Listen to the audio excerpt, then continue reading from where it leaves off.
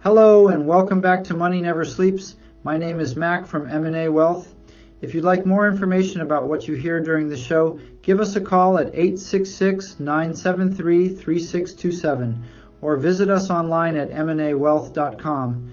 And while at my website, click on the page to check out past shows and subscribe on Apple Podcasts or Spotify. On today's show, we're going to discuss some of the most essential things all Americans should know about Social Security survivor benefits. An AARP article, Social Security Survivor Benefits, 10 Things Spouses Need to Know, offers up some information that I think will be useful for today's conversation. First, the article explains in many, though not all cases, you're eligible to receive survivor benefits when you turn 60.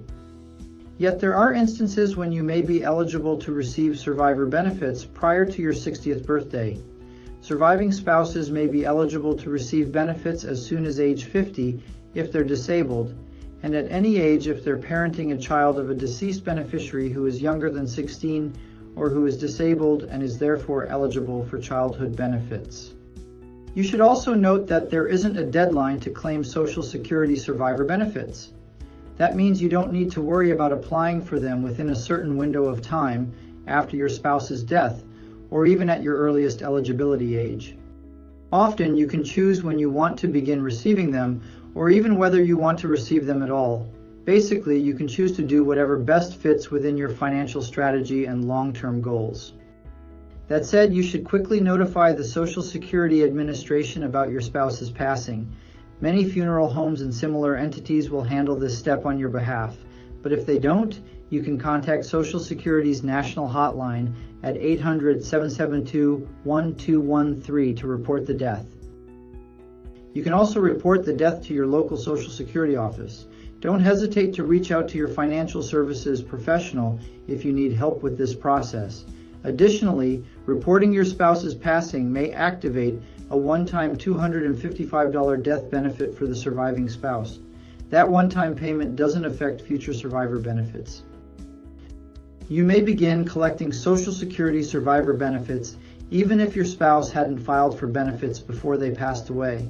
In this situation, survivor benefits will generally be calculated using the amount of what would have been the late spouse's full retirement benefit, which is the amount they would have received if they'd waited until their full retirement age to file for Social Security. Presently, the full retirement age is 66 for people born between 1943 and 1954, and gradually rises until 67 for those born in later years. If the deceased spouse had passed their full retirement age without filing for Social Security, the corresponding survivor benefit would reflect the delayed filing credits the deceased spouse would have received. Widows and widowers are entitled to 100% of their late spouse's benefit if they file for survivor benefits at their own full retirement age. As the article highlights, the full retirement age is different for survivor benefits and is currently 66, but will rise slowly to 67 in the next several years. When you reach age 60, you can collect 71.5% of what your former spouse was receiving each month or would have been entitled to receive. From there, the percentage rises in stages for every month you delay filing until your own full retirement age. Don't forget that any reduction you see for taking early benefits is permanent. Additionally, you're entitled to 71.5% of your former spouse's benefit if you claim benefits while in your 50s as a disabled surviving spouse. For people younger than 60 who file for survivor benefits, because they're taking care of a deceased person's children, the rate is a fixed 75%. Because these percentages differ significantly based on your choices, I recommend working with a financial services professional. The article next notes that you can't apply for survivor benefits online. You may only apply for survivor benefits at a Social Security office in person or over the phone. You may also contact the Social Security hotline at 800-772-1213. Surprisingly, unlike filing for retirement or disability benefits, there isn't an online application.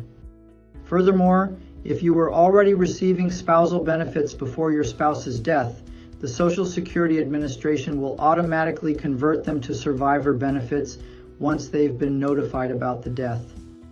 The article next explains that you can't receive survivor benefits and retirement benefits at the same time. If you're eligible for two different Social Security payments, both as a retiree and a survivor of a retiree, for example, the Social Security Administration calculates which payment is bigger and then provides you with that one. Relatedly, if you're in the challenging position of being widowed twice, you can apply for survivor benefits using the earnings of both your former spouses. The Social Security Administration will provide you with the larger of the two possible payments, and if your own retirement benefit is larger than either of your two possible survivor benefits payments, you'll get that amount. Another wrinkle is that you can switch from one benefit to the other.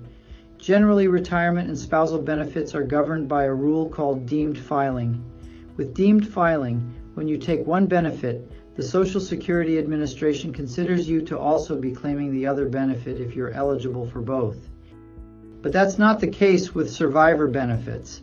If you aren't already receiving any Social Security benefits, you can apply for your own benefit and survivor benefits at the same time. And again, you'll receive the larger of the two benefit amounts, but you aren't required to do so, which provides you with a degree of financial flexibility that you and your financial services professional should discuss and build a strategy around. Here's an example. Let's say your late spouse made much more money than you did during their lifetime. In this situation, you may want to consider filing for your Social Security benefit first so you can have some Social Security income while waiting until your full retirement age or later to take the full, larger survivor benefit. Of course, you could also reverse this example if your retirement benefit would be bigger. Clearly, this is an area of the Social Security process that can get a little murky, so I'd suggest going through it with the assistance of a financial services professional. Let's next look at divorce. The biggest thing to know is that divorce isn't disqualifying. If you were married to someone for at least 10 years before getting a divorce, you may be entitled to survivor benefits based on your former spouse's earning history after their death. Basically, the rules on age and payment amounts for a divorced spouse are the same as those for widows and widowers. Moreover, claiming benefits as a surviving ex-spouse doesn't affect the benefit amount paid to the widow or widower or vice versa.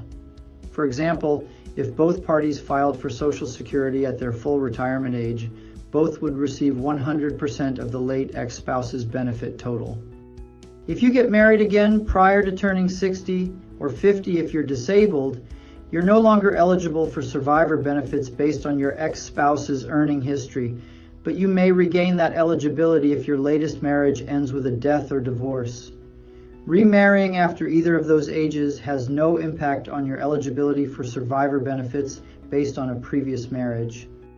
Children of a worker who has passed away may be eligible for survivor benefits of up to 75% of what their parent was either receiving or would have received from Social Security.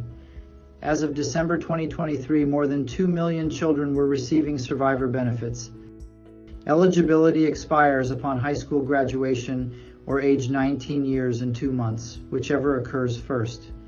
People who are disabled due to a condition or incident that happened prior to age 22 may also qualify for survivor benefits. If you have any questions about the new generation retirement system, visit my website at M&AWealth.com or call my office at 866-973-3627 to discuss how my team might be able to answer your questions and address your concerns. It's our goal to help you prepare for the retirement you've worked so hard for. Disclosure: all matters discussed during the show are for informational purposes only. Opinions expressed are solely those of M&A Wealth and staff. All topics covered are believed to be from reliable sources. However, M&A Wealth makes no representations as to its accuracy or completeness. This commercial shall in no way be construed as a solicitation to sell securities or advisory services to residents where permitted. Topics should be discussed with your individual advisor prior to implementation. Advisory services offered through M&A Wealth, a registered investment advisor in the state of Texas. Insurance products and services are offered through PNC Life Insurance Agency, an affiliated company. M&A Wealth and PNC Life Insurance Agency are not affiliated with or endorsed by the Social Security Administration or any government agency.